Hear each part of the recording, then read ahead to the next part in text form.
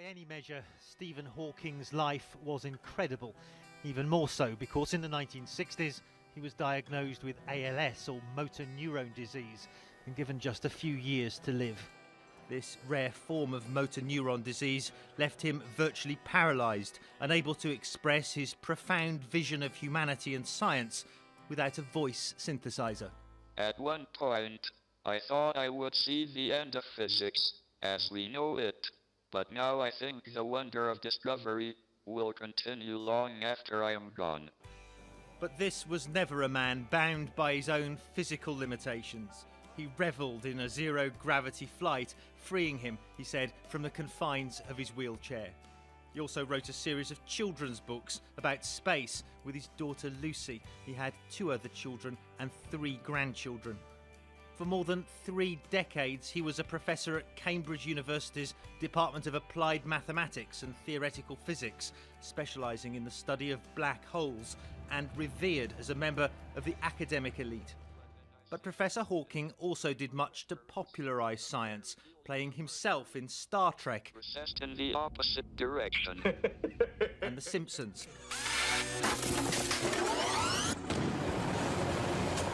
In 2014, his life and romance with wife Jane Wilde was depicted on the big screen in the acclaimed film The Theory of Everything.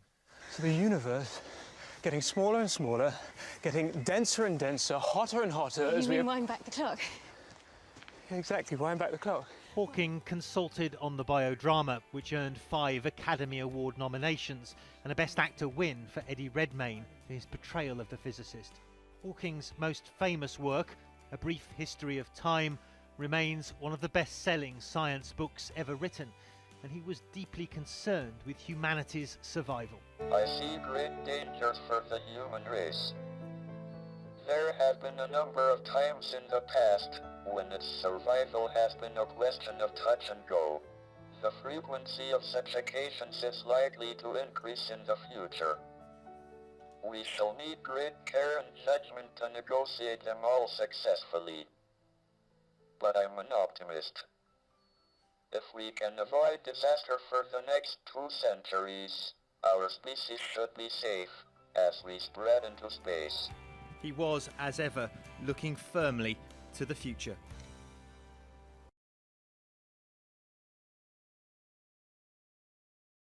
By any measure, Stephen Hawking's life was incredible, even more so because in the 1960s he was diagnosed with ALS, or motor neuron disease, and given just a few years to live.